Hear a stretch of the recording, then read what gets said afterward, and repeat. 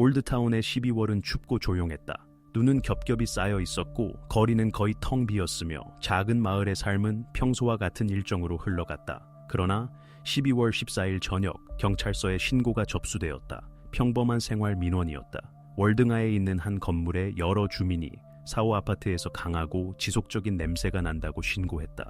처음에는 아무도 이 일에 큰 의미를 두지 않았다. 그런 집에서는 흔히 있는 일이었기 때문이다. 누군가 쓰레기를 버리는 것을 잊었을 수도 있고 냉장고에 음식을 그대로 두었을 수도 있었다. 하지만 냄새는 이미 일주일 넘게 계속되었고 날이 갈수록 점점 더 심해졌다. 이웃들의 말에 따르면 아파트 주인은 자주 모습을 보이지 않았다. 주로 늦은 저녁에 나타났다. 그와 특별히 대화하는 사람은 아무도 없었고 그는 항상 조용하고 초연해 보였으며 문제를 일으키지 않았다. 그래서 사람들이 불평하기 시작했을 때 아무도 심각한 일을 예상하지 못했다.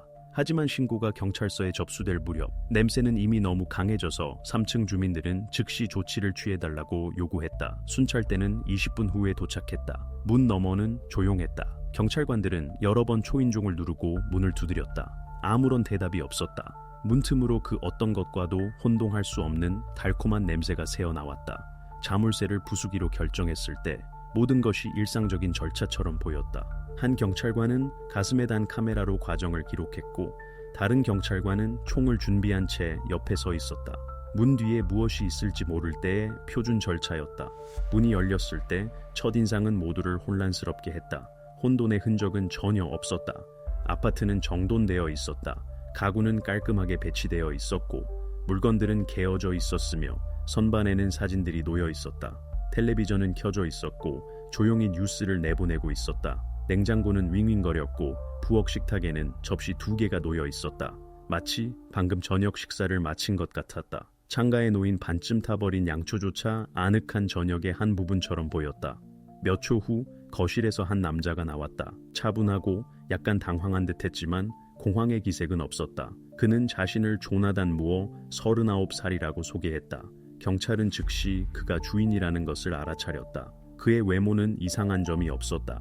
실내복 차림에 면도는 하지 않았지만 단정했다. 그는 무슨 일이냐고, 왜 들어왔냐고 물었다. 냄새에 대해 듣고는 짧게 고개를 끄덕일 뿐이었다. 그는 내내 차분하게, 심지어 너무나도 차분하게 말했다.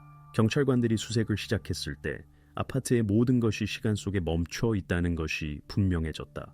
욕실은 깨끗했고 거실은 정돈되어 있었다. 단 한 가지, 전체적인 그림을 깨는 것이 있었다.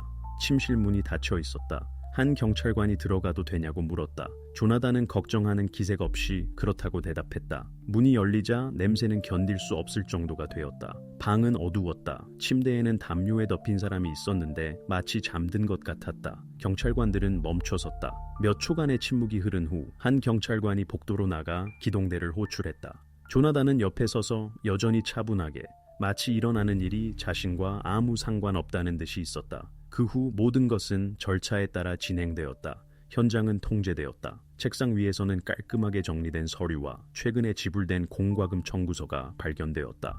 전화기에는 조나단의 아내 사라의 카드로 결제된 내역이 있었다. 냉장고에는 그녀의 손으로 쓴 쇼핑 목록이 붙어 있었다.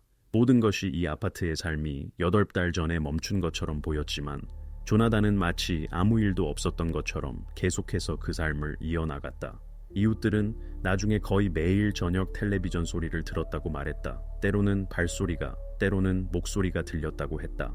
하지만 아무도 그 시간 내내 아파트에 실제로 살고 있었던 것이 침묵이라는 사실을 의심하지 않았다. 조나단은 체포되었다. 그는 저항하지 않았다. 질문에는 망설임 없이 간단하게 대답했다. 그는 그녀가 떠나는 것을 원하지 않았다고 말했다. 법의학 전문가들이 현장에서 작업을 시작했다. 그들은 사라가 언제부터 방을 나오지 않았는지 그리고 그 이유가 무엇인지를 밝혀내야 했다. 이렇게 해서 수사가 시작되었고 이 사건은 곧 평범한 가정 비극 사건이 아니게 되었다. 곧 경찰은 조나단 무어의 이야기가 단순히 외로움의 사례가 아니라는 것을 깨닫게 될 것이다.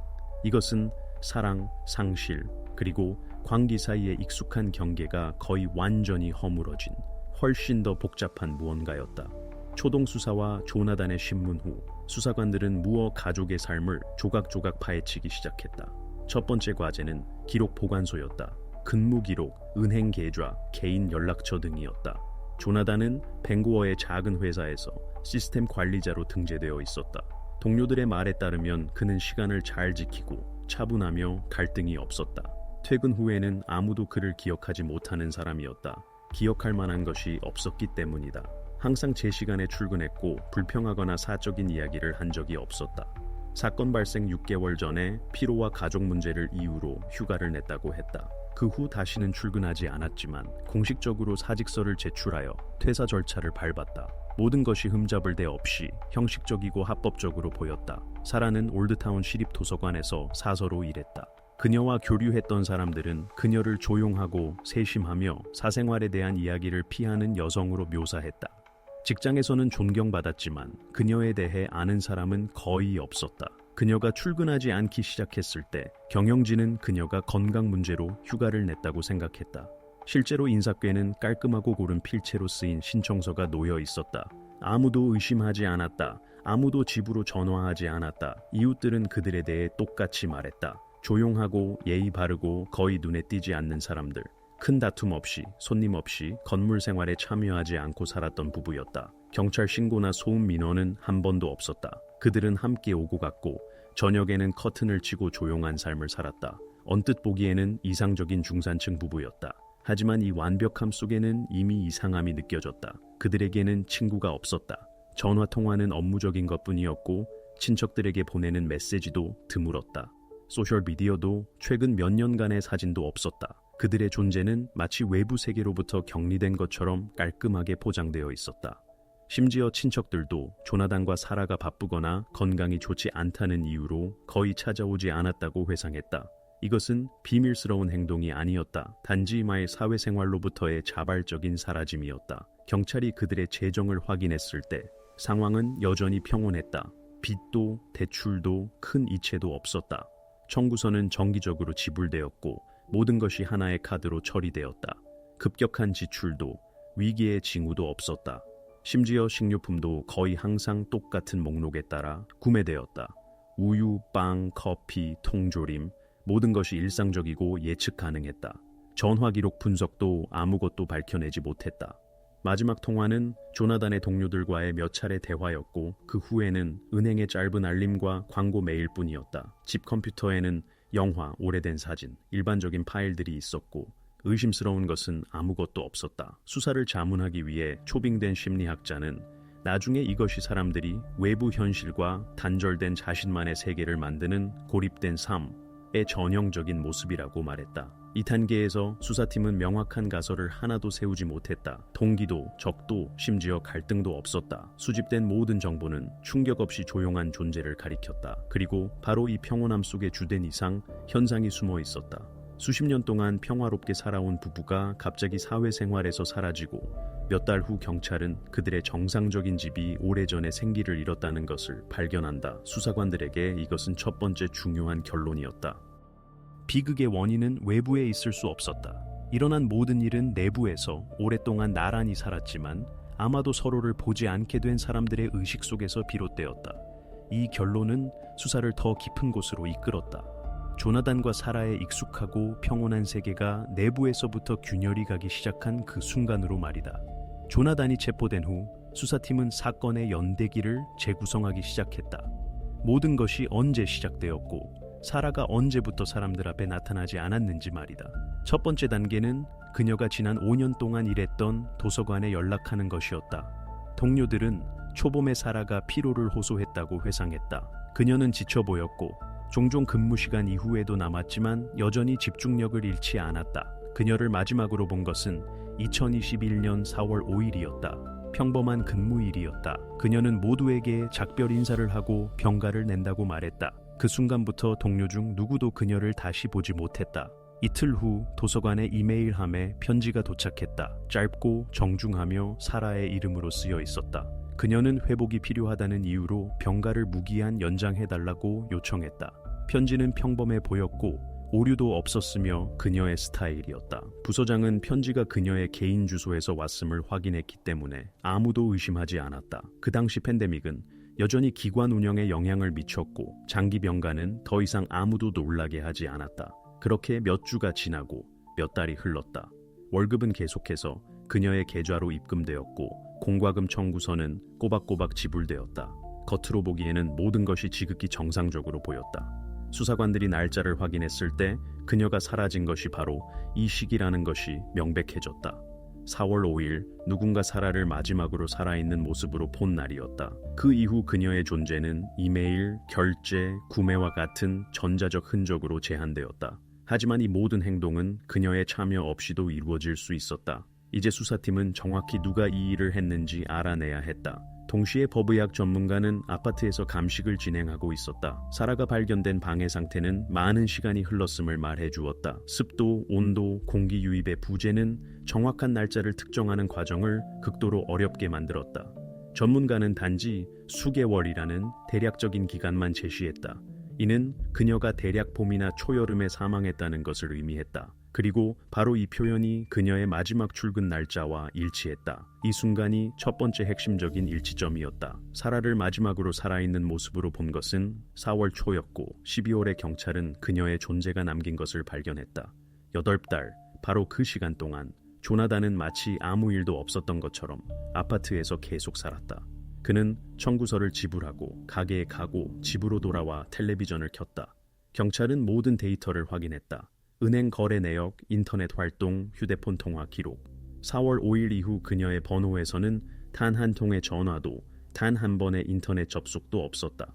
메시지나 대화도 없었다. 하지만 그녀의 은행 카드 활동은 계속되었다. 식료품이 구매되고, 공과금이 지불되고, 구독 서비스가 갱신되었다.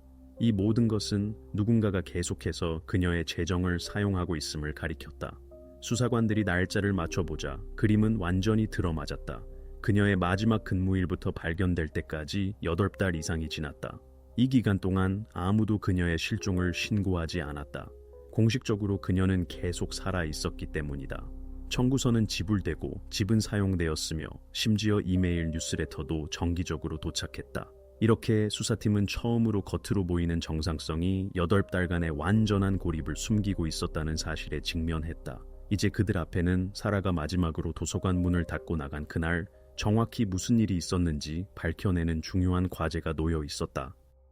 사건 현장이 완전히 기록된 후, 즉 모든 구석, 모든 표면, 모든 사소한 것까지 기록된 후 수사관들은 법의학 조사의 첫 단계를 시작했다.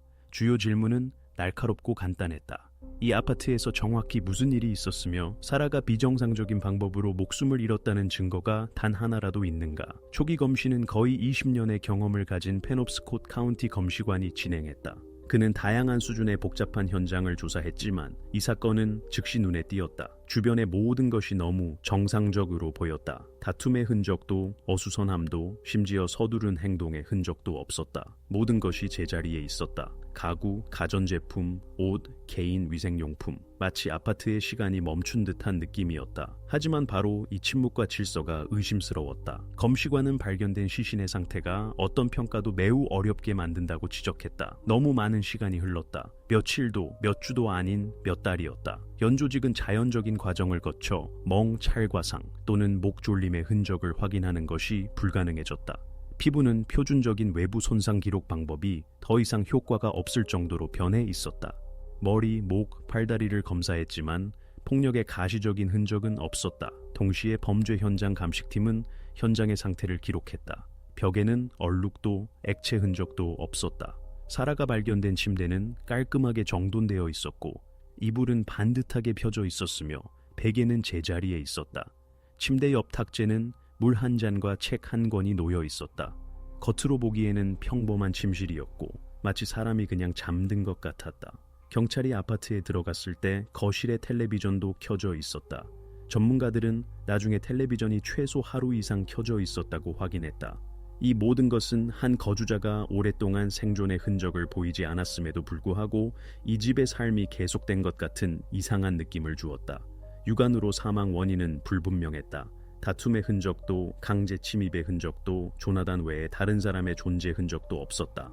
모든 자물쇠는 온전했고 창문은 안에서 닫혀 있었다. 심지어 문손잡이와 문의 지문도 두 사람의 것뿐이었다. 검시관은 검사를 마치고 예비 결론을 내렸다. 완전한 병리학적 부검 없이는 원인을 밝힐 수 없다는 것이었다. 다음 날 사라의 시신은 벵고어 의료센터의 실험실로 옮겨졌다. 전문가팀이 조사를 시작했다. 먼저 엑스레이 촬영을 했다. 이는 가능한 골절, 내부 균열, 둥이 충격의 흔적을 발견하는 데 도움이 된다. 하지만 여기서도 아무것도 발견되지 않았다. 갈비뼈 손상도, 압박골절도, 심지어 다툼 시 특징적인 가벼운 관절 탈구도 없었다. 모든 것이 외부의 영향 없이 자연사한 것처럼 보였다. 다음으로 내부 검사가 시작되었다. 폐, 심장, 혈관, 내부 장기를 검사했다.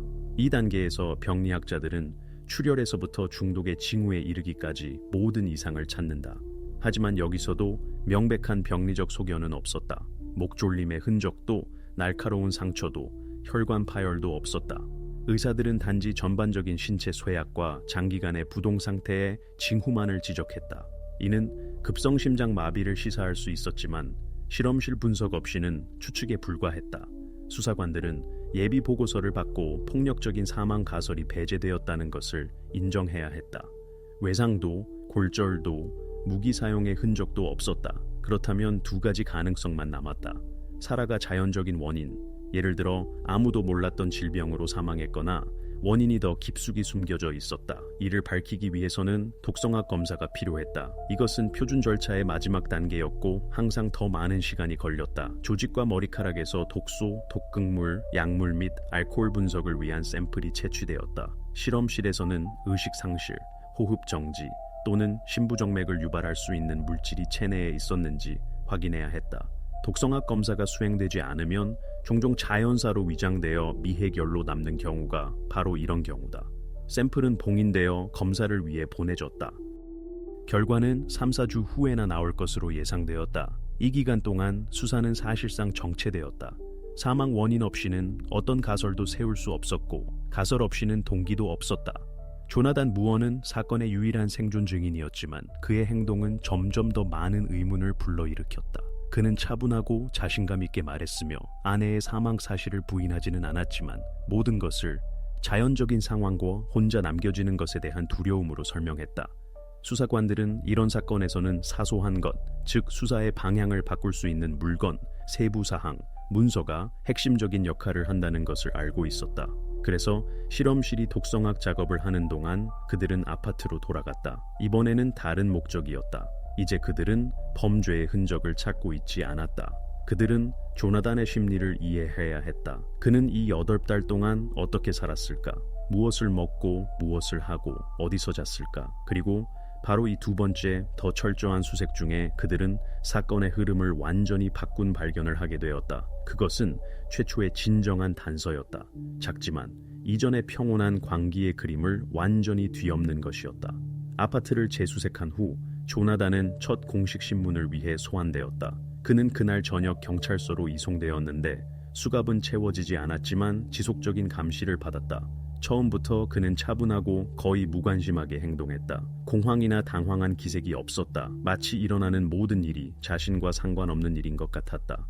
수사관이 정확히 무슨 일이 있었는지 설명해 줄 수 있냐고 묻자 무어는 나중에 그의 사건에서 중심이 될 문장을 말했다. 그녀는 그냥 잠들었어요. 그녀가 떠나는 걸 원치 않았어요. 그는 이 말을 질문의 형태를 바꿔가며 계속해서 반복했다. 때로는 억양을 약간 바꾸고 때로는 잠시 멈추며 세부 사항을 기억하려는 듯했지만 본질은 그대로였다. 그는 직접적인 대답을 하지 않았다. 의사를 부르려 했다고 말하지도 않았고 뭔가 이상하다는 것을 알아차렸다는 사실을 부인하거나 확인하지도 않았다. 수사관은 여러 번 대화를 연대기 순으로 되돌리려 했다. 사라가 정확히 언제부터 일어나지 않았는지, 그녀가 더 이상 숨을 쉬지 않는다는 것을 깨닫기까지 얼마나 시간이 걸렸는지. 하지만 무어는 마치 이 질문들을 듣지 못하는 것 같았다. 그는 아파트에서 혼자 살았다는 것을 부인하지 않았고 그녀의 신용카드를 계속 사용하고 두 사람 몫의 음식을 준비하고 텔레비전을 켜고 그녀에게 말을 걸었다는 사실을 숨기지 않았다. 단지 그것이 아무렇지도 않은 일인 것처럼 말했다. 수사관들에게 그의 상태는 혼란스러워 보였다. 한편으로는 명백한 심리적 이상을 나타내는 행동이었지만 다른 한편으로는 그를 정신 이상자로 볼 근거가 없었다. 그는 질문에 논리적으로 대답했고 공격성 없이 차분하게 말했으며 날짜와 사건의 순서를 정확하게 기억했다. 그의 말에는 변명의 시도도 뉘우침도 없었다. 그는 마치 일어난 일을 자신의 현실의 일부로 받아들이고 변명할 필요성을 느끼지 못하는 것 같았다. 3시간의 신문 끝에 경찰관들은 그에게서 유용한 정보를 얻을 수 없다는 것을 깨달았다. 그의 말은 사라에게 무슨 일이 있었는지, 왜 그가 그녀의 사망을 신고하지 않았는지 설명하지 못했다. 수사관은 보고서에 이렇게 기록했다. 용의자의 진술은 비합리적인 성격을 띈다. 수사를 오도하려는 시도는 없지만 일어난 일에 대한 인식도 없다. 다음 날 경찰은 지방검사와 협의했다. 이는 그의 행동에 대한 법적 자격을 결정하기 위한 필수적인 단계였다. 공식적으로 범죄의 증거는 없었다.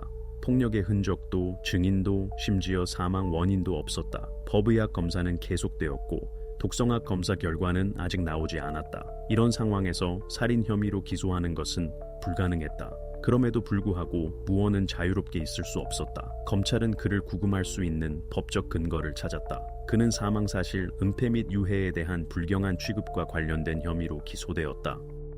이는 의료적 소견이 나올 때까지 그를 격리할 수 있는 기술적이고 잠정적인 혐의였다.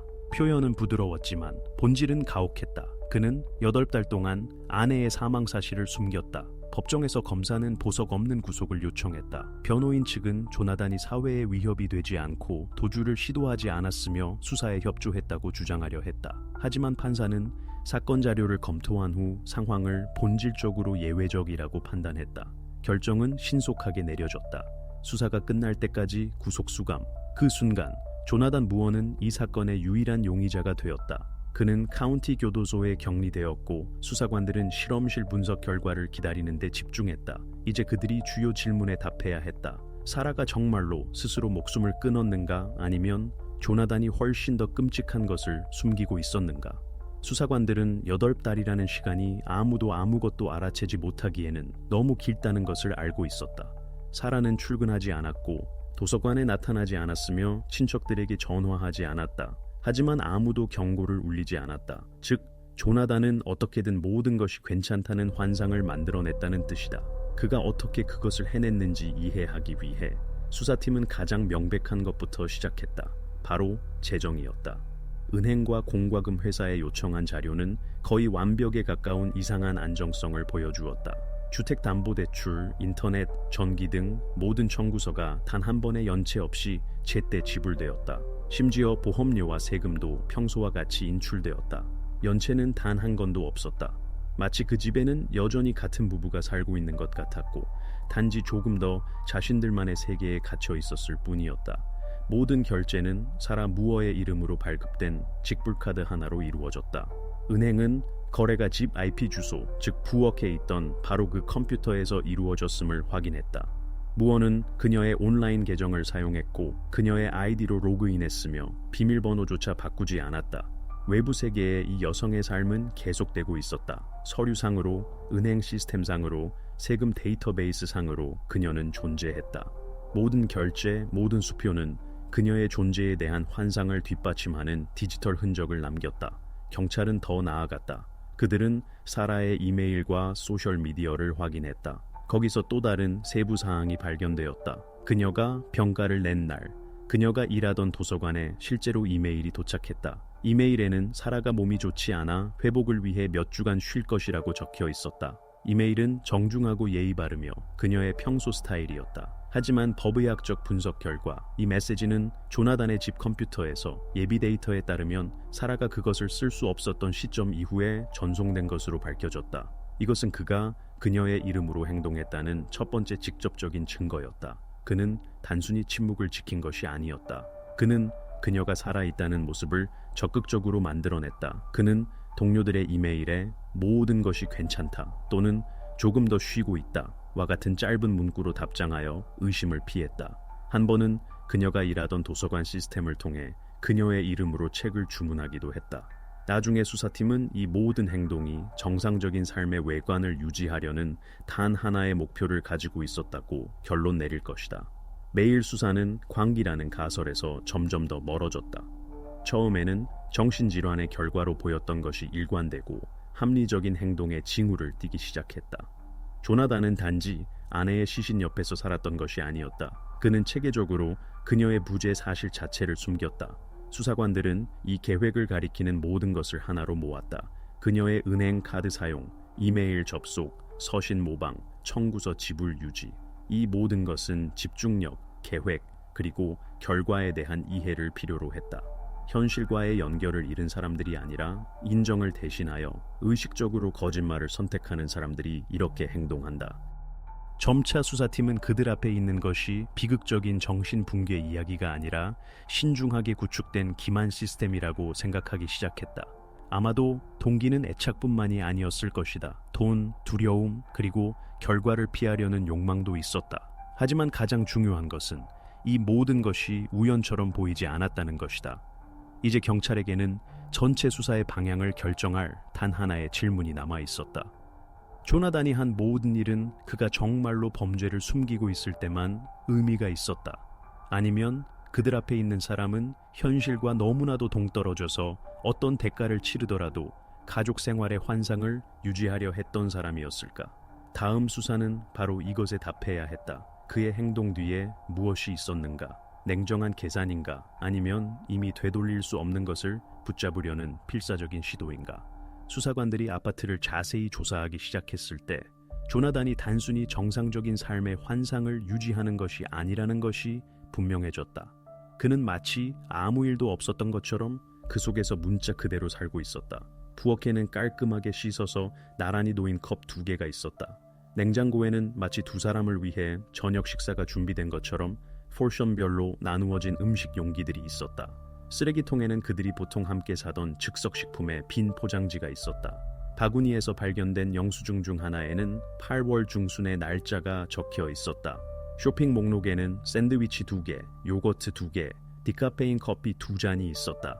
수색을 진 수사관들이 가장 가까운 가게의 감시 카메라를 확인했을 때 상황은 더욱 이상해졌다. 영상에는 그가 정기적으로 식료품을 사러 가는 모습이 담겨 있었는데 항상 2포션씩, 때로는 여성용품도 샀다. 점원들은 나중에 그가 자주 웃으며 아내는 어때요? 와 같은 질문에 괜찮아요? 라고 짧게 대답했다고 확인했다. 무어의 행동은 심리 감정은 3주 이상 지속되었다. 조나단은 1년의 테스트와 정신과 의사와의 면담을 거쳤고 그의 행동, 기억에 대한 반응, 감정적 표현이 분석되었다. 의사들은 그가 차분하고 자신감 있게 말하며 공격성을 보이지 않고 답변을 회피하지 않는다고 지적했다. 그는 자신이 무엇을 하는지 이해하고 있다는 것을 부인하지 않았다. 단지 그것에 대해 부자연스러운 것을 보지 못했을 뿐이다. 한 대화에서 그는 나중에 보고서에 포함된 문장을 말했다. 누군가와 오랫동안 함께 살면 나와 우리 사이의 경계가 사라집니다. 그리고 그녀가 사라졌을 때 나는 단지 우리 둘을 위해 계속 존재했을 뿐입니다. 전문가들에게 이것은 핵심적인 순간이 되었다. 무어의 행동에는 급성 정신병의 징후가 없었다. 그는 환청을 듣거나 환각에 시달리거나 방향 감각을 상실하지 않았다. 그러나 의존성과 고립의 요소가 있는 심각한 인격 장애의 징후가 있었다. 그의 의식은 마치 상실의 순간에 갇혀 현실을 받아들이지 못하는 것 같았다. 정신과 의사들은 이것을 병적 애착이라고 불렀는데 이는 사람이 떠나간 사랑하는 사람과 감정적으로 분리될 수 없어 그 주위의 인공적인 일상을 구축하기 시작하는 것이다. 동시에 결론의 중요한 한 가지는 검찰에게 기소의 여지를 남겼다.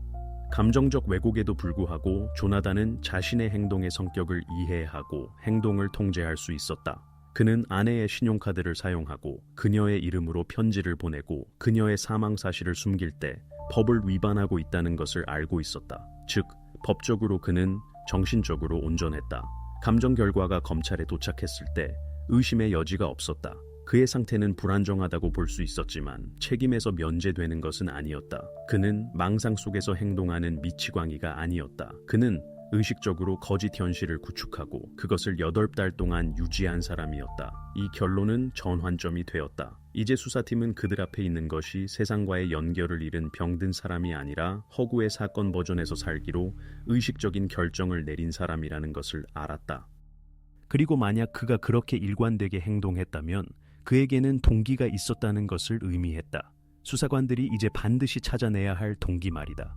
다음 수사 단계는 그가 비극을 숨겼는지 아니면 범죄의 흔적을 꼼꼼하게 숨겼는지를 보여주어야 했다. 한 달 후 연구소에서 보고서가 도착했다. 이 문서는 수사관, 검사, 심지어 조나단의 변호사까지 모두가 기다리고 있었다. 사건의 향방이 이 보고서에 달려 있었기 때문이다. 봉투를 열었을 때 보고서의 첫 줄은 거의 실망스러웠다. 법의학 전문가들은 폭력적인 사망 원인을 시사하는 외부 징후가 발견되지 않았다고 확인했다. 골절, 혈종, 목 졸림의 흔적도 없었다. 표면에서 볼 수 있었던 모든 것은 이미 시간 속에서 오래전에 지워졌다. 이것은 막다른 골목처럼 보였다. 상처도 다툼도 흔적도 없다면 법적인 관점에서 범죄를 입증하는 것은 거의 불가능했다. 수사관들은 이미 이 이야기가 구체적인 결론 없이 끝날 수도 있다는 생각을 하고 있었다. 하지만 보고서의 두 번째 부분은 상황을 완전히 바꿔놓았다. 보통 건조한 화학 데이터가 들어가는 부분에 즉시 눈길을 끄는 한 단어가 적혀 있었다. 바르비투르산염. 연구소는 사라 무어의 조직에서 높은 농도의 수면제 성분을 발견했다. 의사들이 의심의 여지를 두지 않을 정도로 높은 농도였다. 그것은 치사량이었다. 곧 법의학 전문가는 공식적인 결론을 내렸다. 사망 원인은 바르비투르산염 급성 중독이었다. 수사팀에게 이것은 사건의 메커니즘을 이해하는데 부족했던 바로 그 연결고리였다. 이제 모든 것이 다르게 맞춰졌다. 그녀가 잠들었다고 하고 깨어나지 않은 그 침묵은 더 이상 비유가 아니었다. 바르비투르산염은 우연히 복용하는 약이 아니다. 이것은 처방에 따라 엄격하게 투여되는 강력한 약물이다.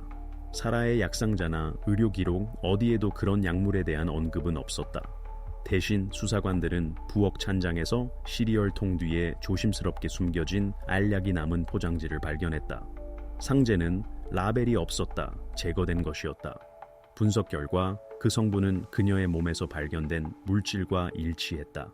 약물이 정확히 어디서 집으로 들어왔는지는 즉시 밝혀낼 수 없었다. 약국 영수증에는 비슷한 것이 아무것도 기재되어 있지 않았다. 이것은 한 가지를 의미했다. 알약은 온라인으로 주문되었거나 불법적으로 구매되었을 수 있다는 것이다.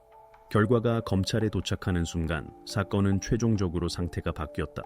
이제 이것은 사망자 발견이 아니라 독성 물질을 사용한 살인이었다. 검사는 개인적으로 보고서를 검토하고 혐의를 재분류하라는 지시를 내렸다. 법적으로 이것은 돌아올 수 없는 지점이었다. 이 순간까지 변호인 측은 정신장애, 충격, 상실을 받아들일 수 없다는 주장을 펼칠 수 있었다. 하지만 이제 수사팀은 직접적인 증거를 가지고 있었다. 누군가 살에게 치사량의 바르비투르산염을 주었고 그 후 그녀의 사망 사실을 철저히 숨기며 생명의 외관을 유지했다는 것이다. 조나단은 그녀에게 접근할 수 있는 유일한 사람이었다. 지인 중 아무도 집에 오지 않았고 이웃들은 손님을 보지 못했으며 현관의 카메라는 그만을 기록했다. 아파트에는 낯선 사람의 흔적이 없었다. 모든 것은 그가 이 모든 달 동안 일어나는 일을 통제한 사람이라는 것을 말해주었다. 변호사가 자료를 검토했을 때 그는 그녀가 우울증 상태에서 스스로 약을 복용했을 수 있다고 주장하려 했다. 하지만 수사팀은 간단하게 대답했다. 복용량은 치료 기준보다 몇 배나 높았다. 이것은 우연이 아니다. 이것은 계산이다. 보고서를 받은 후 검사는 혐의 재검토를 위해 법원에 신청서를 제출했다. 표현은 가혹했다. 계획적인 살인 1급. 판사는 명령서에 서명했다. 조나단 무어는 이 순간부터 외로움의 미스터리가 아닌 가족의 헌신이라는 가면 아래 숨겨진 살인사건의 주범이 되었다. 수사는 새로운 단계로 접어들었다. 이제 그들은 그가 정확히 어떻게 그것을 했는지, 그리고 왜 8달 동안 사라가 여전히 곁에 있다고 온 세상을 설득하려 했는지 증명해야 했다. 독성학 검사 결과가 사건의 기초가 되자 검찰은 상세한 전문가 의견을 요구했다. 법원은 단순히 바르비투르산염이라는 단어를 듣는 것이 아니라 이 용어 뒤에 숨겨진 숫자와 사실을 이해해야 했다. 이를 위해 주 최고의 독성학자가 초빙되었다. 20년 이상의 경력을 가진 전문가로 그는 이러한 약물에 대해 모든 것을 알고 있었다. 사라 무어가 스스로 그런 약을 복용할 수 있었는지 아니면 불가능했는지를 배심원들에게 설명해야 할 사람이 바로 그였다. 전문가는 간단한 것부터 시작했다. 그는 표를 보여주었다. 의료 현장에서 바르비투르산염은 수면을 유도하지만 위협이 되지 않는 범위 내에서 미량으로 처방된다. 그녀의 조직에서 발견된 물질의 농도는 정상보다 최소 5배, 일부 계산에 따르면 7배나 높았다. 이런 약물에 익숙하지 않은 사람에게는 즉각적인 의식 상실, 호흡 정지, 그리고 결과적으로 사망에 이르는 수준이다. 독성학자는 보고서에서 사라가 어떻게든 스스로 이 알약을 복용하기로 결정했다 하더라도 물리적으로 단계적으로 복용할 수 없었을 것이라고 강조했다. 바르비투르 산염은 몇 분 안에 작용하기 시작한다. 한두 알을 복용하는 것은 가능하다. 하지만 보고서에 명시된 농도에 도달하려면 한꺼번에 포장 전체를 삼켜야 했다. 이 경우 사람은 농도가 치명적인 수준에 도달하기 훨씬 전에 움직이거나 말할 수 있는 능력을 잃게 된다. 이는 점진적인 우발적 과다 복용 가설을 배제한다. 검사는 심리중의 전문가에게 그녀가 의식적으로, 자발적으로 약물을 복용했다고 볼 수 있는지 설명해달라고 요청했다. 독성학자는 망설임 없이 대답했다. 아니요. 어떤 상황도 자발적인 복용을 시사하지 않는다. 유서도 처방전도 그런 약물이 필요할 수 있는 질병의 흔적도 없다. 더욱이 분석 결과 약물이 액체에 용해된 것으로 나타났다. 이는 물질이 음료에 섞일 수 있었고 사람은 맛조차 느끼지 못했을 수 있다는 것을 의미한다. 이 말은 법정의 분위기를 바꾸었다. 이 순간까지 변호인 측은 사라가 우울증 상태에서 스스로 행동했을 수 있다고 주장할 여지가 있었다. 전문가의 말을 듣고 나니 자살 가설이 극히 희박해 보였다. 그럼에도 불구하고 수사팀은 최종 결론을 서두르지 않았다. 공식적으로는 자살과 살인이라는 두 가지 가능성이 남아 있었다. 첫 번째 가능성을 배제하기 위해서는 약물의 출처를 찾아야 했다. 만약 알약이 정말로 그녀의 것이었다면, 예를 들어 처방전, 약국, 온라인 주문을 통해, 그렇다면 자발적인 결정이라고 가정할 수도 있었을 것이다. 하지만 흔적이 조나단을 가리킨다면 사건은 최종적인 성격을 띠게 된다. 수사관들은 카운티의 모든 약국에 자료를 요청했다. 오래된 온라인 주문과 의사 처방이 기록된 의료 기록까지 확인했다. 검찰청 직원들은 사라와 조나단 모두 이와 유사한 것을 구매한 적이 없다고 특별히 언급했다. 이는 약물이 다른 경로를 통해 집으로 들어왔다는 것을 의미했다. 아마도 인터넷이나 지인을 통해서일 것이다. 전문가들은 또한 발견된 바르비투르 산염의 종류가 미국에서 합법적으로 생산이 중단된 지 오래되었다는 중요한 세부 사항을 지적했다. 이는 암시장에서나 여전히 의료용으로 사용되는 다른 나라의 약국에서만 구할 수 있다. 이는 공급자와 구매 경로를 찾는 새로운 수사 라인을 열었다.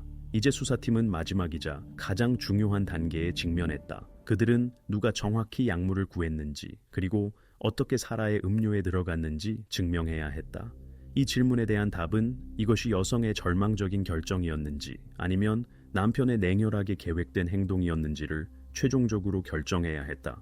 수사는 가장 어려운 단계에 접어들었다. 모든 세부 사항이 조나단 무어의 운명을 결정할 수 있는 단계였다. 수사관들은 가장 논리적인 단계부터 시작했다. 자살 가설을 확인하는 것이었다. 만약 사라가 정말로 스스로 약을 복용할 수 있었다면 그 약이 어떻게 그녀의 손에 들어갔는지에 대한 기록이 어딘가에 남아 있어야 했다. 그들은 최근 몇 년간의 모든 의료 서류를 검토했다. 전자 의무 기록, 퇴원 요약, 보험 보고서. 그녀가 다니던 주치의를 신문하고 카운티의 모든 약국을 확인했다. 대형 체인점부터 때때로 수기로 처방전을 발행하는 개인 약국까지 말이다. 작업은 체계적이고 거의 기계적으로 진행되었다. 공중보건부 직원들이 요청에 참여하여 주 처방전 데이터베이스를 확인했다. 하지만 대답은 한결같았다. 사라 무어의 이름으로, 그녀의 주소로, 그녀의 보험카드로 발급된 처방전도, 구매 기록도, 심지어 그러한 약물에 대한 문의조차 없었다.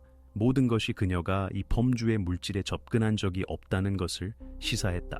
검사는 보고서의 처방전 부재가 단순한 형식적인 문제가 아니라고 지적했다.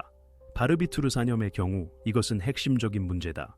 의료 처방 없이는 합법적인 약국에서 그러한 약물을 구매할 수 없다. 그리고 사라에게 아무도 처방해주지 않았다면 그녀는 그것을 구할 수 없었다는 의미다. 이것은 자살 가설을 거의 완전히 무너뜨렸다. 수사팀은 조나단에게 초점을 맞췄다. 두 사람만 사는 집에서 모든 물건, 모든 약 포장지에는 주인이 있다. 그리고 그것이 그녀의 것이 아니라면 그의 것이라는 의미다. 형사들은 조나단 자신의 의료 기록을 확인하기 시작했고 그 안에서 심각한 것을 찾을 것이라고는 기대하지 않았다. 하지만 발견은 매우 중요했다. 기록 보관소에서 2021년 3월 12일에 기록이 발견되었다. 사라가 병가를 냈다고 알려진 날짜보다 3주 전이었다. 조나단은 불면증과 불안 증상으로 일반의를 찾았다. 의사는 아무것도 의심하지 않고 사라의 몸에서 발견된 물질과 동일한 화학 그룹에 속하는 강력한 수면제 처방전을 써주었다. 수사관들이 이 정보를 입수했을 때 사건은 새로운 명확성을 띠게 되었다. 이제 용의자와 아내의 사망 원인이 된 약물 사이에 직접적인 연관성이 존재했다. 의료 기록의 기록, 추정되는 범행 시작과 일치하는 날짜, 그리고 발견된 물질과 완전히 일치하는 성분, 이것은 사실상 단계적으로 구축된 사슬이었다. 형사들은 그 처방전을 발행한 의사에게 갔다. 그는 방문의 세부 사항을 명확히 하기 위해 신문을 위해 소환되었다. 의사는 차분하고 자신감 있었으며 환자들에 대한 기억력이 좋았다. 그는 무엇을 즉시 기억했다. 그의 말에 따르면 그는 깔끔하고 예의 바르며 약간 내성적인 모습으로 왔다고 했다. 직장에서 스트레스가 많은 시기 때문에 몇 주 동안 잠을 못 잤고 지속적인 불안과 피로를 느낀다고 말했다. 모든 징후로 보아 이것은 정말로 신경쇠약의 경우일 수 있었다. 의사는 이제 이 세부 사항은 완전히 다른 의미를 갖게 되었다. 수사팀은 조나단이 처방전을 받은 후 약국에서 약을 구입했지만 의사에게 다시 방문하지 않았다는 것을 확인했다. 불만도 정기 검진도 없었다. 사실상 그는 필요한 약을 받은 직후 의료 시스템의 시야에서 사라졌다. 이 모든 것을 하나로 모았을 때 그림은 거의 명백해졌다. 조나단은 미리 준비했다. 그는 암시장에서 약물을 사지 않았고 다른 방법을 찾지 않았다. 단지 합법적인 제도를 이용했을 뿐이다. 불만, 처방전, 구매, 모든 것이 깨끗해 보였다. 하지만 이제 시간이 핵심 사건과 일치하면서 이것은 우연이 아니라는 것이 분명해졌다. 이것은 의도를 가지고 취한 조치였다. 수사관들은 조나단의 의료 기록에 이전의 불면증에 대한 언급이나 정신과 방문 기록, 강력한 약물 처방전이 없었다는 점에 주목했다. 그의 직장 스트레스는 꾸며낸 핑계로 드러났다. 의사를 통해 그는 나중에 범죄의 도구가 된 물질에 접근할 수 있었다.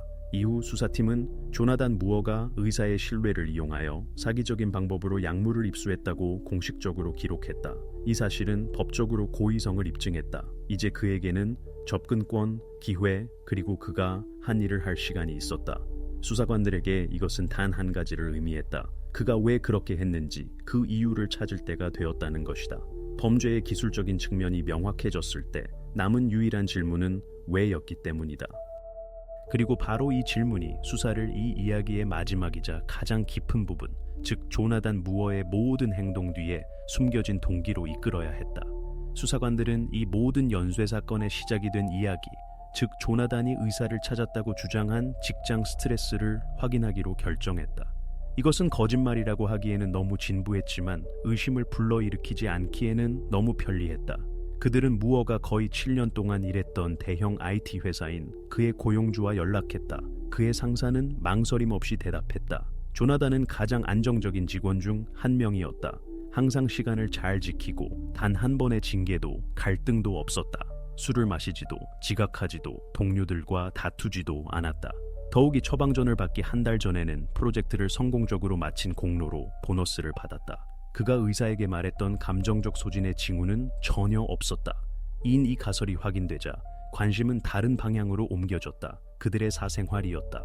처음부터 이 사건은 겉으로 보기에 행복한 부부의 이야기로 인식되었다. 아무도 다툼을 듣지 못했고 불만도 없었으며 경찰에 신고된 적도 없었다. 하지만 이런 사건에는 균열이 없는 경우가 드물다. 형사들은 새로운 정보를 고려하여 사라의 친척들을 다시 찾아가 이야기하기로 결정했다. 이번에는 대화가 완전히 달랐다. 사라의 여동생 멜리사는 조심스럽게 말했지만 목소리가 떨렸다. 그녀는 실종 몇 주 전에 긴 대화를 나눴다고 말했다. 사라는 끊임없는 통제에 지쳤다고 고백했다. 그녀의 말에 따르면 조나단은 그녀가 어디에 있는지, 누구를 만나는지, 무엇을 쓰는지 강박적으로 확인하기 시작했다. 그녀는 자신을 돌아보기 위해 적어도 잠시라도 떨어져 살 공간이 필요하다고 말했다. 멜리사는 그때 그것이 평범한 위기라고 부부가 그냥 다퉜다고 생각했다. 하지만 이제 그 말들은 다가오는 악몽의 전조처럼 다르게 들렸다. 수사관들은 사라의 서신에서 이에 대한 증거를 찾았다. 클라우드와 동기화된 메신저에는 친구에게 보낸 메시지가 남아 있었다. 거기서 그녀는 조나단이 달라졌다고 썼다. 조용하고 차갑지만 동시에 끈질겼다고 했다. 그는 목소리를 높이거나 소란을 피우지 않았다. 단지 지켜볼 뿐이었다. 항상 곁에 있었고 그녀가 어디에 있는지 항상 알았다. 심지어 알아서는 안 될 때조차도 말이다. 그녀는 마치 모든 발걸음이 기록되는 함정에 빠진 것 같다고 불평했다. 이 정보는 그들의 관계에 대한 인식을 뒤집었다. 이웃들이 말하던 그 이상적인 결혼은 정교하게 만들어진 무대 장치임이 드러났다. 실제로는 그들 사이에 보이지 않는 벽이 자라나고 있었다. 자유로워지려는 그녀의 욕망과 붙잡으려는 그의 강박적인 필요였다. 수사를 자문했던 심리학자들은 나중에 이것을 병적 의존 상태라고 불렀다. 무어에게는 질투심 많은 사람들이 흔히 보이는 공격적인 폭발이 없었다. 그는 힘으로 통제하지 않았다. 그는 존재로 통제했다. 그는 말 그대로 그녀의 공간에 녹아들어 경계가 완전히 사라질 때까지 곁에 있는 것으로 살았다. 형사들이 이 사실들을 그가 처방전에 대해 한 거짓말과 비교했을 때 모든 것이 하나의 선으로 연결되었다. 그는 그녀가 떠나려 한다는 것을 알고 있었다. 만약 그렇게 되면 혼자 남게 될 것이라는 것을 이해했다. 그리고 전문가들의 말에 따르면 바로 이것이 그에게 견딜 수 없는 것이었다. 조나단은 어린 시절부터 불안형 성격, 가까운 관계에 대한 강한 의존성, 그리고 외로움에 대한 강박적인 두려움을 가지고 있었다. 심리학 용어로는 애착 대상 상실에 대한 공황 증후군이었다. 멜리사는 또 다른 세부 사항을 기억해냈다. 그 마지막 대화에서 사라는 그는 혼자 있을 수 없어. 그것이 그를 가장 무섭게 해. 라는 말을 했다. 그때 그녀는 두려움이 아니라 동정심으로 그 말을 했다. 그녀는 그 두려움이 파괴적이 될 수 있다고 생각하지 않았다. 수사팀에게 모든 것이 명백해졌다. 그의 동기는 돈, 유산 또는 일반적인 의미의 질투와 관련이 없었다. 그것은 분노의 폭발이나 충동이 아니었다. 그것은 고통스러운 극단까지 몰고 간 상실에 대한 두려움이었다. 그는 그녀가 떠나는 것을 원하지 않았고 그녀가 곁에 없을 것이라고 상상할 수 없었다. 그래서 그녀가 영원히 남을 수 있는 방법을 선택했다. 살아있지는 않더라도 여전히 곁에 말이다. 이 모든 요소들이 하나의 선으로 통합되었을 때 수사팀은 사건의 전체적인 윤곽을 잡게 되었다. 의사에게 한 거짓말, 미리 받은 약, 통제, 고립, 그리고 그를 극단으로 몰고 간 병적인 두려움. 조나단 무어에게는 수단, 접근권, 그리고 동기가 모두 있었다. 다음 수사 단계는 가장 중요한 것을 확인해야 했다. 그가 어떻게 그것을 했는지뿐만 아니라 이 단계에 얼마나 오랫동안 준비했는지 말이다. 수사팀이 모든 단서를 하나로 모았을 때 사건의 모든 참가자들이 피하던 순간이 왔다. 조나단 무어의 두 번째 신문이었다. 첫 번째는 거의 소용이 없었다. 그는 침묵하거나 때로는 고개를 끄덕이거나 그녀가 떠나는 것을 원치 않았어요. 라는 똑같은 말을 반복했다. 그때 수사관은 압박하지 않기로 결정했다. 그는 그런 사람들이 직접적인 압박의 좀처럼 자백하지 않는다는 것을 알고 있었다. 그에게 변명의 여지가 하나도 남지 않을 때까지 기다려야 했다. 그리고 그날이 왔다. 신문은 유리와 천장에 카메라가 달린 평범한 방에서 진행되었다. 특별한 효과는 없었고 단지 두 사람과 서류 뭉치뿐이었다. 수사관은 무어 조나단 사건 번호 432라고 적힌 두꺼운 서류철을 앞에 놓았다. 그는 서류철을 열고 위협이나 과장 없이 차분하게 말하기 시작했다. 단지 사실을 나열할 뿐이었다. 먼저 법의학 전문가의 보고서, 그 다음 독성학 분석 결과였다. 그 다음은 무어의 이름으로 발행된 처방전에 대한 데이터였다. 그 다음은 의사의 증언이었다. 그리고 마지막으로 사라가 여동생에게 이 집에서 숨이 막혀 죽을 것 같다고 쓴 편지의 인쇄물이었다. 조나단은 침묵 속에서 들었다. 그는 말을 끊거나 부인하지 않고 단지 고개를 숙인 채 앉아 있었다. 그의 얼굴에는 분노도 두려움도 오직 피로감만 있었다. 수사관은 억양을 바꾸지 않고 계속했다. 그는 이런 상황에서 침묵이 어떤 말보다 더 효과적이라는 것을 알고 있었다. 모든 사실이 진술되었을 때 그는 짧게 말했다. 이 모든 것은 당신의 행동입니다. 일어난 모든 일은 당신의 결정에서 시작되었습니다. 그 순간 조나단은 고개를 들었다. 오랫동안 그는 마치 마음속으로 무언가를 저울질하는 것처럼 수사관을 그냥 쳐다보았다. 그러고 나서 처음으로 입을 열었다. 저는 그녀가 아프길 원치 않았어요. 단지 그녀가 머물길 원했을 뿐입니다. 이 말은 새로운 단계의 출발점이 되었다. 그는 사라에게 약물을 주었다는 것을 부인하지 않았다. 하지만 그것이 의도적인 행동이 아니었다고 서둘러 설명했다. 그의 말에 따르면 그들은 점점 더 자주 다투었고 그날 저녁 그녀는 짐을 싸서 여동생에게 가려고 했다. 그는 그녀를 진정시키기 위해 와인을 조금 마시자고 설득했고 잠을 잘 수 있도록 수면제를 추가했다고 주장했다. 그는 단지 모든 것이 잠시 멈추기를, 그들이 감정의 격동 속에서 결정을 내리지 않기를 원했다고 말했다. 수사관은 잠시 멈추었다가 차분하게 말했다. 만약 당신이 이 약이 위험할 수 있다는 것을 알았다면 모든 것이 어떻게 끝날지 이해했을 겁니다. 조나단이 대답했다. 저는 복용량이 적다고 생각했어요. 저도 잠을 못 잘 때 복용했으니까요. 이 세부 사항, 즉 직접 복용했다는 것이 핵심이 되었다. 그것은 그가 약물의 효능을 완벽하게 이해하고 있었다는 것을 증명했다. 결국 그는 그 효과를 알고 있었다고 주장했기 때문이다. 그럼으로써 그는 무지라는 마지막 방어선을 스스로 무너뜨렸다. 그는 모든 것을 우연으로 포장하려 했다. 마치 그것이 단지 비극적인 실수였던 것처럼, 살인이 아니라 광기에 이른 보살핌이었던 것처럼 말이다. 그는 사라를 사랑했고 해를 끼치고 싶지 않았다라고 말했다. 단지 그녀를 조금 더 붙잡고 싶었을 뿐이라고 했다. 그의 말에는 뉘우침도 분노도 변명하려는 시도도 없었다. 단지 사랑과 통제 사이의 경계를 보지 못하는 사람의 왜곡된 논리만 있었다. 검사는 신문 녹취록을 검토하며 나중에 이것이 부분 자백의 전형적인 예라고 말했다. 용의자가 사실에는 동의하지만 그 의미를 바꾸는 것이다. 그는 행동은 인정하지만 의도는 부인한다. 이것은 위험한 변호 전략이다. 만약 법원이 우연을 믿는다면 살인 혐의는 무너질 수 있다. 그러면 과실치사 혐의만 남게 되고 처벌은 훨씬 가벼워질 것이다. 수사팀은 이제 모든 것이 한 가지에 달려있다는 것을 알고 있었다. 조나단이 정확히 어떤 복용량을 주었는지 증명할 수 있는지 여부였다. 이를 위해서는 준비의 흔적을 찾아야 했다. 인터넷 검색, 기록, 메모, 서신. 그가 약물의 효능을 얼마나 잘 알고 있었는지 보여주는 모든 것이었다. 신문 후 수사관은 방을 나가 무어를 혼자 남겨두었다. 카메라는 계속 녹화 중이었다. 영상에는 그가 움직이지 않고 말도 없이 가만히 앉아있는 모습이 담겨 있었다.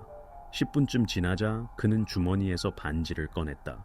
여성용 단순한 은반지였다. 그는 오랫동안 손가락으로 반지를 돌리다가 책상 위에 놓고 눈을 감았다. 이 장면은 보고서에는 포함되지 않았지만 수사관들은 녹화 영상을 검토하며 따로 기록해 두었다. 그들 중 한 명이 조용히 말했다. 바로 이 순간 그는 모든 것이 끝났다는 것을 깨달았을 거야. 수사팀에게 신문은 전환점이었다. 그들은 그가 실제로 약물을 투여했다는 사실을 자백받았다. 하지만 이제 그들은 가장 중요한 단계를 밟아야 했다. 그것이 우연이 아니라는 것을 증명하는 것이었다. 그가 복용량을 잘못 계산한 것도, 혼란스러워한 것도, 단지 잠들게 하려 했던 것도 아니었다. 그는 의식적으로 바로 그 길을 선택했다. 이것은 마지막이자 가장 미묘한 경계선이었다. 그리고 바로 그것이 조나단 무어가 역사의 어떤 인물로 기록될지를 결정해야 했다. 의도하지 않은 실수를 저지른 사람인가, 아니면 사랑하는 사람이 떠날 권리가 없다고 냉혈하게 결정한 남자인가. 신문이 끝났을 때 수사관들은 조나단 무어가 한 행동에 대한 자백은 얻었지만 그가 모든 것이 어떻게 끝날지 알고 있었다는 직접적인 증거는 없다는 것을 깨달았다. 그의 말은 여러 가지로 해석될 수 있었고 구체적인 증거 없이는 의심의 영역에 남아 있었다. 이런 사건에서는 아주 작은 세부 사항조차 기소의 운명을 결정한다. 단순한 증거가 아니라 생각의 흔적을 찾아야 했다. 그리고 만약 그런 증거가 어딘가에 존재할 수 있다면 그것은 그의 디지털 흔적에만 있을 것이다. 사이버 절차는 며칠이 걸렸다. 컴퓨터는 특수 데이터 분석 스테이션에 연결되어 삭제된 기록의 조각들을 하나씩 복원했다. 첫날에는 아무것도 나타나지 않았다. 은행 거래, 청구서 지불, 이메일 로그인, 아마존에서 몇 건의 주문 등 일상적인 흔적뿐이었다. 하지만 셋째 날, 한 전문가가 삭제된 검색어 목록에서 익숙한 단어 조합을 발견했다. 처음에는 바르비투르산염 복용량, 그 다음에는 바르비투르산염 과다 복용 효과가 나타나기까지 걸리는 시간. 날짜는 2021년 3월이었다. 그리고 더 있었다. 1시간 동안 기기 메모리에서 10여 개 이상의 검색어가 복원되었다. 모두 수면제의 복용량, 증상, 결과, 작용 시간에 관한 한 가지 주제에 관한 것이었다. 그 중에는 사라가 실종되기 이틀 전에 한 검색어도 있었다. 세코바르비탈 치사량, 그리고 조금 후에 고통 없이 오랫동안 잠들게 하는 방법. 수사관들에게 이것은 단순한 우연이 아니라 마지막 연결고리였다. 처방전 발급과 일치하는 날짜, 검사에서 발견된 것과 동일한 화학 물질, 그리고 가장 중요한 것은 실시간으로 기록된 의도였다. 그는 단순히 복용량을 잘못 계산한 것이 아니었다. 그는 사람이 깨어나지 않으려면 얼마나 필요한지 미리 정보를 찾았다. 전문가가 보고서를 가져왔을 때 사무실에는 무거운 침묵이 흘렀다. 검사는 인쇄된 페이지들을 넘기며 마치 망치로 치는 것처럼 각 줄에 멈춰섰다. 이전에 변호인 측의 주장으로 들렸던 모든 것이 한순간에 무너졌다. 신문에서 한 그의 말, 저는 그녀가 그냥 잠들 것이라고 생각했어요. 는 이제 순진한 변명이 아니라 냉소적인 거짓말로 보였다. 며칠 전에 그는 직접 과다 복용이 얼마나 오래 지속되는지를 검색했기 때문이다. 수사관들은 검색어가 정말로 그의 것인지 확인하기 위해 메타데이터를 철저히 확인했다. 활동 기록에 따르면 모든 검색은 그의 개인 계정으로 야간에 집 와이파이를 통해 이루어졌다. 즉, 다른 사람의 기기도 다른 사람의 이름도 아니었다. 그는 자신의 노트북에 앉아 이 문구들을 입력하고 찾아낸 페이지들을 읽었다. 일부 페이지는 여러 번 열렸다. 즉, 그는 그 페이지들을 다시 찾아보고 다시 읽고 기억했다. 이 데이터는 새로운 보고서의 기초가 되었고 사건의 전환점이 되었다. 보고서에는 용의자의 행동은 의식적인 계획과 사전 준비의 징후를 보인다고 명확하게 명시되어 있었다. 법률적으로 이것은 preminded, 즉 사전에 계획된 의도라고 불린다. 바로 이 단어가 핵심이 되었다. 그것은 우발적 검사가 감정 결과를 받았을 때 그는 사건 기록에 남은 말을 했다. 됐어. 이제 우리는 단순한 이야기가 아니라 생각의 증거를 가지고 있어. 조나단의 불행한 우연의 일치라는 주장은 의미를 잃었다. 치명적인 복용량에 대한 그의 검색 기록이 인쇄된 채 테이블 위에 놓여 있을 때 어떤 법원도 우발적인 과다 복용에 대한 설명을 받아들이지 않을 것이다. 이것은 대부분의 유사한 사건에서 부족한 바로 그 증거였다. 지문도 흔적도 아닌 기계에 의해 기록된 생각이었다. 이 순간부터 수사는 수색 단계에서 재판 준비 단계로 넘어갔다. 이제 수사팀이 해야 할 일은 조나단 무어가 자신이 무엇을 하는지 알고 있었을 뿐만 아니라 의식적인 결정을 내렸다는 것을 증명하기 위해 사건의 연대기를 분 단위로 정리하는 것이었다. 그리고 그는 그것을 냉혈하게 감정의 폭발 없이 공황 상태 없이 모든 세부 사항을 미리 계획했다. 조나단을 마지막 신문에 데려왔을 때 방 안에는 긴장감보다는 짙고 거의 끈적끈적한 특별한 침묵이 흘렀다. 이런 사건을 다뤄본 사람들은 모든 것이 이미 결정되었을 때 이런 분위기가 조성된다는 것을 알고 있었다. 수사관은 논쟁하거나 설득할 생각이 없었다. 그는 단지 그가 8달 동안 숨기려 했던 모든 것이 비치는 거울을 그 앞에 놓아야 했다. 책상 위에 얇은 서류철이 놓여 있었다. 하얗고 거의 순진해 보이는 모습이었다.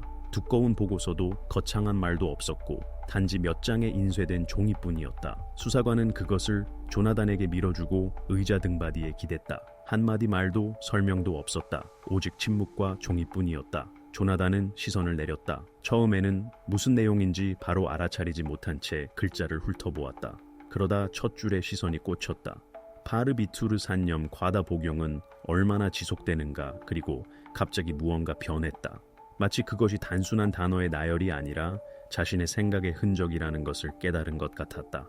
그는 페이지를 넘겼고 또 넘겼다. 날짜가 있었다. 3월, 4월, 검색어, 치사량, 고통 없이 잠들게 하는 방법, 과다 복용 전 증상. 그는 눈을 떼지 않고 읽었다. 시간은 마치 멈춘 것 같았다. 구석에 서 있는 카메라조차 이 침묵을 녹화하고 있었다. 말이 필요 없었기 때문이다. 수사관은 침묵했다. 변호사도 침묵했다. 조나단도 마찬가지였다. 그는 단지 인쇄물을 쳐다보고 있었고 그의 손가락이 어떻게 긴장하는지를 보면 각 검색어가 충격이라는 것을 알 수 있었다. 마침내 그가 조용히 말했다. 당신들은 이해하지 못해요. 저는 모든 것이 이렇게 끝나길 원하지 않았어요. 이 말은 이미 효력을 잃은 낡은 변명의 메아리처럼 들렸다. 그가 모든 것을 미리 알고 있었다는 증거가 눈앞에 놓여 있었기 때문에 무게가 없었다. 수사관은 대답하지 않았다. 그는 단지 서류철을 닫고 그것을 약간 밀어내며 차분하게 말했다. 이것은 당신의 말입니다. 단지 여기서가 아니라 거기서 쓰인 거죠. 침묵은 길어졌다. 변호사가 몸을 숙여 거의 속삭이듯 조용히 무언가를 말했다. 조나단은 반응 없이 듣고 있었다. 그의 얼굴은 마치 더 이상 저항하지 않는 것처럼 굳어 있었다. 몇 분 동안 그는 그냥 앉아 있다가 고개를 끄덕였다. 그 움직임에는 무언가 최종적인 것이 있었다. 녹음기가 켜졌다. 버튼이 딸깍하는 소리는 그의 자백의 시작을 알리는 신호였다. 그는 마치 자신의 발자취를 따라 한 걸음씩 내딛는 것처럼 단어 하나하나를 고르기 힘든 사람처럼 천천히 말했다. 그는 비극이 일어나기 한 달 전 그들의 관계가 완전히 무너졌다고 말했다. 사라는 떠나려 했다. 그는 그녀에게 머물러 달라고 설득하며 모든 것이 변할 것이라고 약속했다. 하지만 그녀는 이미 결정을 내렸다. 그때 그의 머릿속에 이상하고 터무니없지만 강박적인 생각이 떠올랐다. 그는 그녀를 잠시라도 멈출 수 있다면 그녀가 마음을 바꿀 것이라고 생각했다. 방법을 찾기 시작했다. 처음에는 진정제, 허브차, 대화와 같이 무해한 것들이었다. 그 다음에는 더 강한 것들을 찾았다. 그는 어느 날 참지 못하고 검색창에 바르비투르 산염 수면 용량이라고 입력했다고 자백했다. 그것은 되돌릴 수 없는 첫걸음이었다. 그는 특정 양이 깊은 잠을 유발한다는 기사를 찾았다. 처음에는 숨을 돌리기 위해 그녀를 하룻밤 재우려고만 했다. 그러다 과다 복용, 농도에 대해 더 읽기 시작했다. 그리고 알면 알수록 상황을 통제하고 있다고 자신을 더 설득했다. 그는 모든 일이 일어난 저녁에 대해 이야기했다. 그들은 다시 다투었다. 사라는 아침에 떠날 것이라고 말했다. 그는 와인 한 병을 가져와 진정하기 위해 마시자고 제안했다. 그 다음에는 알약이었다. 그냥 잠들기 위해서라고 그는 그녀에게 말했다. 그는 심지어 그녀가 지친 미소를 지으며 당신도 마실 건가요? 라고 물었던 것을 기억했다. 그는 고개를 끄덕였다. 하지만 자신은 한 알만 삼켰다. 그 후 그는 저는 모든 것이 끝났다는 것을 인정할 수 없었어요. 그녀가 어떻게든 머물기를 원했어요. 그는 마치 자신에 대해 말하는 것이 아니라 다른 사람에 대해 말하는 것처럼 냉정한 평온함으로 이 말을 했다. 수사관은 나중에 보고서에 주체와 저지른 행동 사이에 심리적 거리는 거의 완전하다고 기록했다. 이는 그가 자신이 한 일을 인지하고 있지만 행동과 자신 사이의 연관성을 느끼지 못한다는 것을 의미했다. 녹취가 끝났을 때 그는 오랫동안 침묵했다. 그러고 나서 변호사에게 자신의 자백이 유죄 협상에 해당되는지 조용히 물었다. 변호사는 고개를 끄덕였다. 검사는 진술이 수사의 세부 사항을 확인한다면 실제로 그것을 고려할 준비가 되어 있었다. 그리고 그것들은 세부 사항까지 일치했다. 검색 시간, 물질의 농도, 복용량, 모든 것이 맞아떨어졌다. 심지어 찬장에서 발견된 원약 포장지와 같은 사소한 것들조차 그가 자백 중의 한 설명과 일치했다. 그렇게 수사 파트가 끝났다. 조나단은 의정서에 서명했고 사건 전체에서 처음으로 서류철에 사건을 법원에 넘길 준비가 됨이라는 마지막 페이지가 나타났다. 수사관들에게는 이것이 마무리되는 순간이었다. 그에게는 카운트다운의 시작이었다. 그가 붙잡으려 했던 모든 것, 사랑이라고 믿었던 모든 것이 증거로 변했다. 사라를 지키려는 그의 모든 시도가 그에게 불리한 증거가 되었다. 그날 저녁 수사관이 부서를 나서며 동료에게 말했다. 그는 그녀를 영원히 곁에 두고 싶어 했어. 그리고 그렇게 했지. 단지 그가 생각했던 방식이 아니었을 뿐이야. 이 말은 조나단 무어 사건의 마지막 마침표로 남았다. 사랑을 소유와 혼동하고 생명을 붙잡으려다 영원히 파괴한 한 남자의 이야기였다. 조나단의 자백 후 수사팀은 마침내 그날 밤을 단계별로, 시간별로 재구성할 수 있었다. 이전에는 단편적인 증거와 추측의 형태로만 존재했던 모든 것이 이제는 비극 이전에 오래전에 쓰인 시나리오처럼 정확하고 차갑고 계산된 그림으로 맞춰졌다. 2021년 4월 5일. 언뜻 보기에는 수백 번의 이전 저녁과 다를 바 없는 평범한 저녁이었다.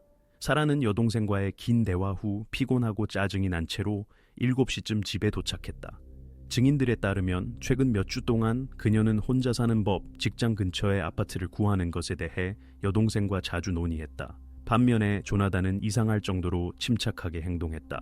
그는 마치 그녀의 결정을 받아들인 것처럼 보였고 논쟁하거나 설득하지 않았다. 이 과시적인 평온함이 함정이 되었다. 저녁 9시쯤 그들은 저녁을 먹었다. 부엌은 조용했다. 사라는 아침에 떠날 것이라고 말했다. 그냥 짐을 싸서 여동생에게 갈 것이라고 했다. 조나단은 좋아. 어쩌면 그게 더 나을지도 몰라. 나한테서 좀 쉬어봐. 라고 대답했다. 그의 목소리는 거의 부드럽고 화해하는 듯했다. 그는 심지어 밤에 진정하기 위해 차를 끓여주겠다고 제안했다. 사라는 동의했다. 이것은 화해의 제스처, 소리 지르지 않고 하루를 마감하려는 시도처럼 보였다. 그녀는 그가 그녀 앞에 놓은 찻잔이 마지막이 될 것이라는 것을 몰랐다. 주전자가 끓는 동안 그는 약장에서 수면제 포장을 꺼냈다. 3주 전에 처방받은 바로 그 알약이었다. 그는 몇 알을 가루로 빻아 그녀가 가장 좋아하는 카모마일 차가 담긴 찻잔에 조심스럽게 넣고 흔적이 남지 않도록 저었다. 그는 침착하게 서두르지 않고 이 일을 했다. 그는 복용량을 알고 있었고 무슨 일이 일어날지 알고 있었으며 가장 무서운 것은 멈추려 하지 않았다는 것이다. 사라가 부엌으로 돌아왔을 때 모든 것이 준비되어 있었다. 그녀는 그에게 감사하며 양손으로 찻잔을 들고 첫 모금을 마셨다. 조나단의 자백에 따르면 그는 그 순간 그녀를 보며 안도감을 느꼈다고 한다. 그는 정말로 지금 단지 시간을 멈출 것이라고 믿었다. 그들은 사소한 일, 그녀의 계획, 그녀가 떠나려 했던 집에 대해 잠시 이야기했다. 그러고 나서 그녀는 피곤하다고 말하고 침실로 갔다. 조나단은 부엌에 남았다. 몇 분 동안 완전한 침묵 속에 앉아 있었다. 그러고 나서 일어나 찻잔을 싱크대에 넣고 천천히 위층으로 올라갔다. 침실에는 램프가 켜져 있었다. 사라는 이미 이불 아래에 누워 있었고 눈은 감겨 있었으며 숨은 고르게 쉬고 있었다. 그는 침대 가장자리에 앉아 나중에 그가 말했듯이 그녀가 잠들 때까지 기다렸다. 1시간이 지나고 2시간이 지났다. 그는 그녀의 숨이 드물어지고 그 다음에는 거의 들리지 않게 되는 것을 알아차렸다.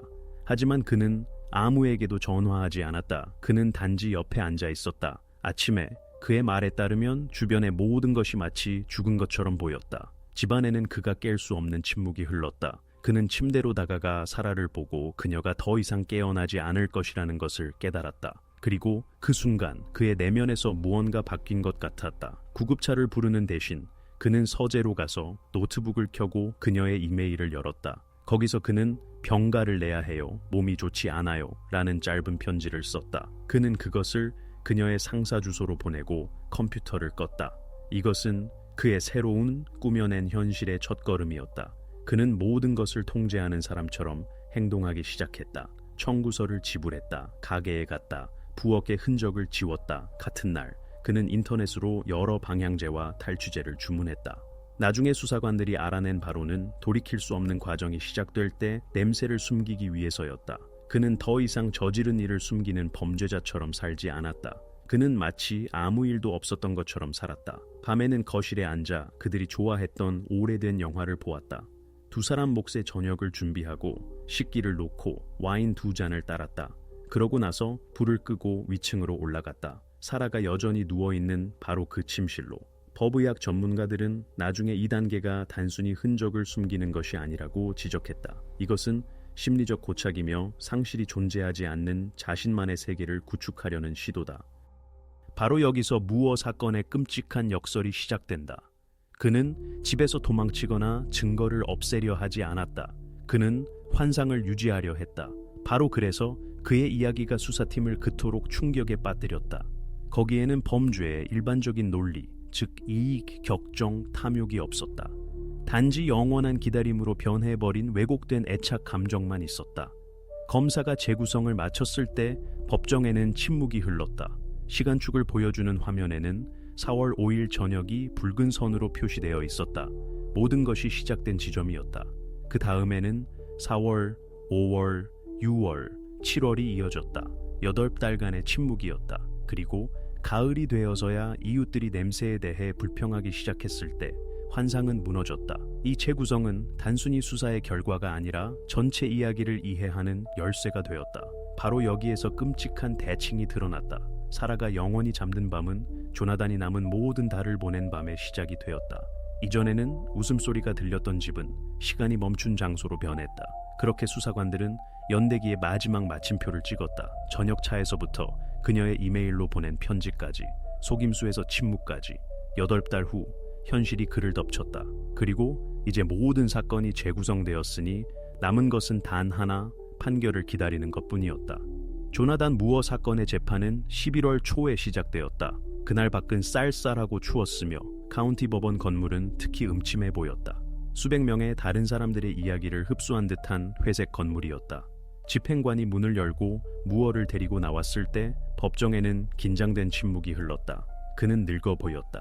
이 몇 달 동안 얼굴은 수척해지고 어깨는 구부러졌다. 그는 교도소복이 아닌 회색 정장을 입고 있었다. 변호인 측은 그가 수감자가 아닌 한 인간으로서 법정에 서야 한다고 주장했다. 유죄 협상 조건에 따라 조나단은 자신의 죄를 완전히 인정했다. 이로 인해 법원은 수십 명의 증인과 전문가의 증언을 들을 필요가 없었지만 사건의 본질 자체를 피할 수는 없었다. 검사는 여전히 사회가 이미 뉴스를 통해 알고 있는 이야기를 다시 펼쳐 보이듯 모든 세부 사항을 단계별로 설명했다.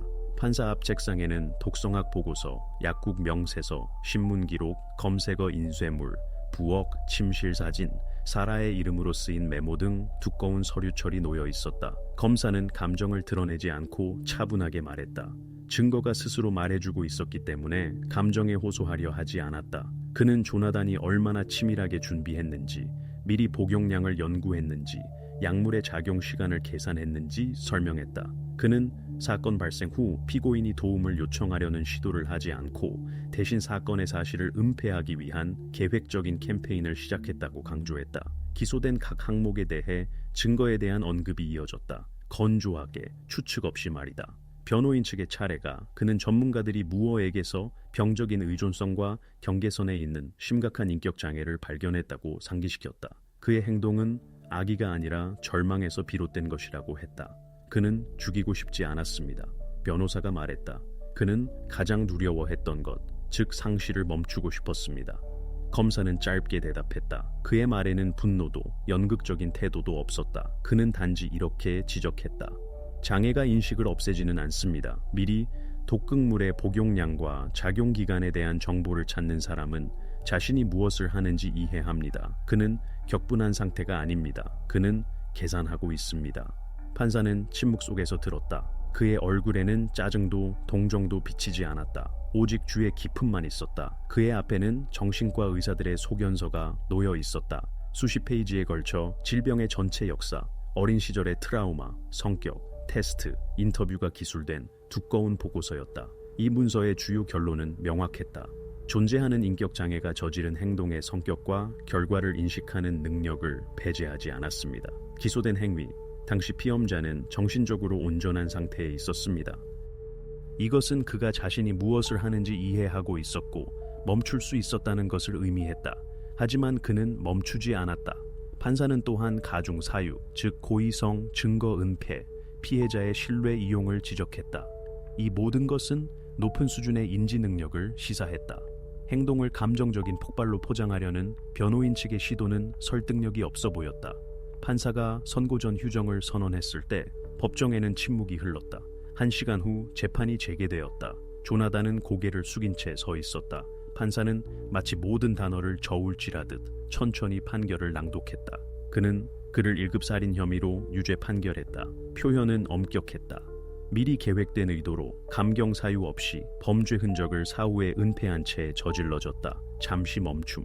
그리고 나서 가장 중요한 것이 선포되었다. 첫 20년 동안 가석방 권리 없이 28년의 징역형. 법정에서는 아무도 박수를 치거나 반대하지 않았다. 단지 침묵뿐이었다. 판사는 안경을 벗고 조용히 말했다. 당신은 보호해야 할 사람의 생명을 빼앗았습니다. 이것은 병이 아닙니다. 이것은 선택입니다. 조나단은 한마디도 하지 않고 판결을 들었다. 호송대가 다가왔을 때 그는 법정을 둘러보았다. 그곳에는 사라의 여동생이 앉아 있었다. 그녀의 시선에는 분노도 안도도 오직 피로감만 있었다. 그는 그녀와 눈이 마주치자 고개를 숙이고 떠났다. 이것으로 사건의 법적 절차는 끝났다. 수사는 판결로 마무리되었지만 이야기는 끝나지 않았다. 그것은 이 과정을 지켜본 사람들의 기억 속에 남았다. 이미 떠나기로 결심한 사람을 붙잡으려 할 때 사람이 얼마나 멀리 갈 수 있는지를 보여주는 예로서 말이다. 그렇게 카운티에서 가장 어둡고 이상한 재판 중 하나가 끝났다. 시끄럽거나 선정적이지는 않았지만 진실이 밝혀졌다기보다는 벗겨진 듯한 차가운 느낌을 남겼다. 이제 또 다른 장이 시작될 것이다. 환상 없는 삶, 그리고 역설적이게도 오랫동안 처음으로 정직한 삶이. 선고가 내려진 후 조나단 무어는 메인주 북부에 있는 최고보안 교도소로 이송되었다. 그곳은 언덕 경사면에 자리한 낡고 혹독한 교도소로 겨울에는 눈보라가 치고 여름에는 만에서 차가운 바람이 불어왔다. 그는 이른 아침 별다른 소동 없이 2명의 경찰관의 호위 아래 그곳으로 이송되었다. 그는 저항하거나 말을 하려 하지 않았다. 간수의 말에 따르면 그는 교도소까지 가는 내내 한쪽 창문만 멍하니 바라보며 꼼짝도 하지 않았다고 한다. 마치 길을 보는 것이 아니라 자신의 과거를 보는 것 같았다고 했다. 교정센터에서 그는 독방에 수감되었다. 가까운 사람을 상대로 범죄를 저지른 수감자들은 종종 다른 수감자들의 압박의 대상이 되기 때문이다. 첫 몇 주 동안 그는 거의 감방을 나오지 않았다. 그러다 책을 읽기 시작했다. 교도소에는 도서관이 있었고 이상하게도 그는 철학과 종교 윤리에 관한 책을 선택했다. 때때로 편지를 썼지만 수신자는 없었다. 친척도 친구도 남지 않았기 때문이다. 대부분의 편지는 수취인 불명이라는 도장이 찍혀 반송되었다. 사라의 가족, 즉 그녀의 여동생과 어머니는 모든 법적 절차가 끝난 후 마침내 그녀의 유해를 수습할 허가를 받았다. 그들은 소수의 사람들만 모여 조촐한 작별 인사를 했다. 언론도 카메라도 없었다. 조용한 의식이었다. 단순한 나무 유골함, 몇 마디 말, 그리고 젖은 묘지 땅 위로 나무십을 날리는 바람뿐이었다. 그 후 그들은 도시를 떠났다. 다른 주로 이사했고 주소를 바꿨다. 그들에게 이 모든 것은 단순한 트라우마가 아니었다. 그것은 어느 날 멈춰버렸다가 다시 시작되지 않은 삶이었다. 모든 일이 일어났던 집은 거의 1년 동안 봉인되어 있었다. 수사가 끝나고 전문가들이 금지를 해제했을 때 월등하 4호 아파트는 완전한 위생 처리를 거쳤다. 바닥을 교체하고 벽을 다시 칠하고 모든 가구를 치웠다. 이전의 분위기는 전혀 남지 않았다. 문손잡이조차 교체되었다. 하지만 이런 경우 흔히 그렇듯이 냄새나 흔적보다 분위기를 지우는 것이 더 어려웠다. 같은 건물에 사는 사람들은 오랫동안 그 문에 가까이 가는 것조차 피했다. 1년 후 부동산 중개업소는 마침내 아파트를 매물로 내놓았다. 가격은 시세보다 낮게 책정되었다. 그 주소를 둘러싼 소문이 너무 많았기 때문이다. 그리고 법에 따라 중개인은 모든 잠재 구매자에게 아파트에서 사망 사건이 있었다는 사실을 알려야 할 의무가 있었다. 이것은 광고나 소문이 아니라 법적 의무였다. 광고에는 소유주가 해당 부동산에서 사망함이라는 건조한 문구가 적혀 있었다. 이 문구만으로도 거의 모든 관심 있는 사람들은 사라졌다. 판매를 담당했던 중개인은 나중에 기자들에게 자신이 19번이나 아파트를 보여주었다고 말했다. 사람들은 들어와서 둘러보고 거의 모두가 같은 말을 했다. 춥다.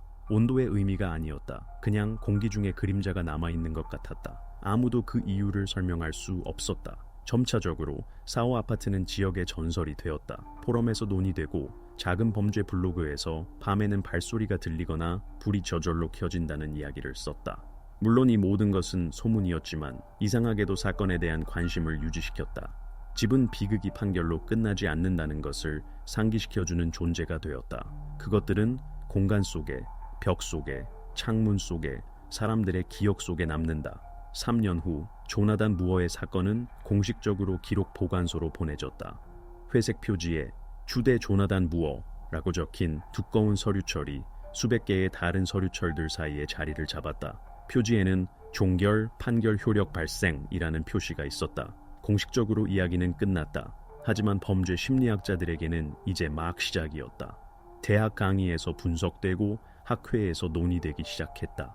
정신과 의사들은 이것을 사랑이 병적인 소유로 변하는 특별한 유형의 의존의 예로 보았다. 수사관들은 이것을 범죄가 분노가 아니라 두려움에서 비롯된 드문 경우로 보았다. 그리고 법학 교수들은 이 사건을 장애와 의식적인 선택 사이의 경계를 보여주는 예로 인용했다. 기자들은 때때로 이 주제로 돌아왔다. 특히 판결 기념일에 말이다. 신문들은 시간을 멈추고 싶었던 프로그래머와 같은 제목의 기사를 실었다. 어떤 이들은 그를 괴물로, 다른 이들은 미치광이로 보았다. 하지만 결국 모두가 한 가지 결론에 도달했다. 이것은 사랑을 소유와 혼동한 한 남자의 이야기였다. 메인 교도소의 기록 보관소 깊숙한 곳 어딘가에 그의 개인 파일이 놓여 있다. 거기에는 그가 규칙을 위반하지 않고 독서 프로그램에 참여하며 심지어 사설을 돕는다고 기록되어 있다. 또한 아무도 그를 면회해 오지 않는다는 한 줄도 있다. 그는 모든 것이 멈춘 세상에서 살고 있다. 4호 아파트는 여전히 팔리지 않았다. 소유주들은 광고를 갱신하는 것을 그만두었다.